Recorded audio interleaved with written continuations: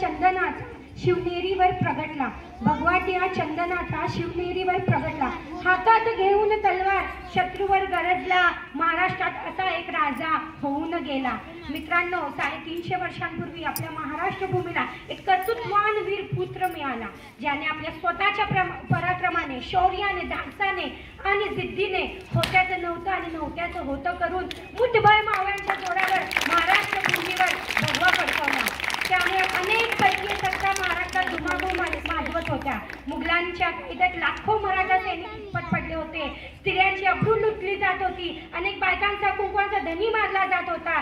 शेतकऱ्यांचा कोणी कैवारी नव्हता. अशा या परिस्थितीत महाराष्ट्राच्या भूमीला हवा होता एक झंकार, झगमटता पेटता अंगार. आणि अखेर ती वेळ आली. सह्याद्रीच्या गर्जनात, सह्याद्रीच्या कुशीत गर्जना झाली. 19 फेब्रुवारी 1630 रोजी शिवनेरीवर एक तारा चमकला. जिजाऊच्या पोटी सिंह जन्मला. मानाचा मुजरा करते मी शिवाजी महाराजाला, ज्यांनी मराठी मातीत तो भगवा झेंडा रोवला आणि स्वराज्याची स्थापना केली. He was the founder of the Swarajya. He saw the dream of the Maratha samrajya. गेल्या कित्येक वर्षापासून अंधारात साचत पडणाऱ्या महाराष्ट्राच्या माथ्यावर जणू प्रकाशाचे किरण पसरू लागले. वयाच्या अगदी 16व्या वर्षापासून शिवाजी महाराजांनी स्वराज्याची सूत्रे आपल्या हाती घेतली आणि स्वराज्याची घोडदौड सुरू झाली. अत्यंत कमी वयात शिवरायांनी धाडस केले व ते पूर्णत्वास नेले.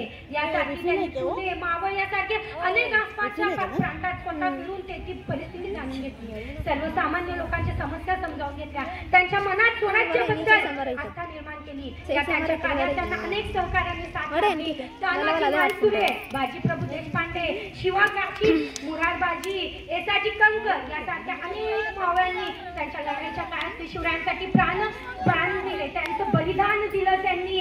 म्हणतात ना, सिंह आला, गड आला, पण सिंह गेला. शिवरायांच्या पूर्वी अनेक राजे होऊन गेले. शिवरायांनंतरही अनेक राजे उदयास आले, पण सर्वात आदर्श राजा म्हणून ओळखतात ते म्हणजे फक्त शिवाजी महाराज. याचे कारण आहे त्यांचे स्वराज्याबद्दल असणारे प्रेम, निष्ठा, पराक्रम, निष्कलंक चारित्र्य. शेतकऱ्यांच्या भाजीच्या देठालाही हात लागता कामा नये असे म्हणत शेतकऱ्यांना जीवापाड प्रेम करणारे व परिस्थितीला आई समान मानणारे, प्रत्येक धर्माचे आदर करणारे शिवाजी महाराज हे एक प्रजादक्ष राजे होते.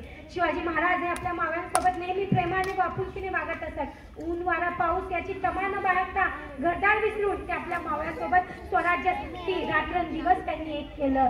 जगणारे ते मावळे होते, जागवणारा तो महाराष्ट्र होता.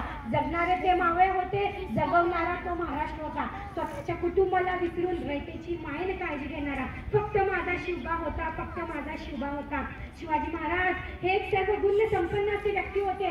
काळाकुट्ट अंधारात आपली दिशा ठरवून वाट काढत, किती संकटे आले ते डगमगून न जाता त्यावर शिताफीने मात करत, आपल्या सहकाऱ्यांच्या मदतीने बलाढ्य शत्रूंशी लढा देत एका वीर पुत्राने गुलामी नाकारत स्वराज्य निर्माण केले. हवा वेगाने नव्हती, हवेपेक्षाही त्याचा वेग जास्त होता. हवा वेगाने नव्हती, हवेपेक्षाही त्याचा वेग जास्त होता. अन्यायाविरुद्ध लढण्याचा इरादा नेक होता. अन्यायाविरुद्ध लढण्याचा इरादा नेक होता. असा जिजाऊचा शिवबा लाखात एक नव्हे तर फक्त जगात एक होता. अशा या थोर महापुरुषाचा जय जयकार तर झालाच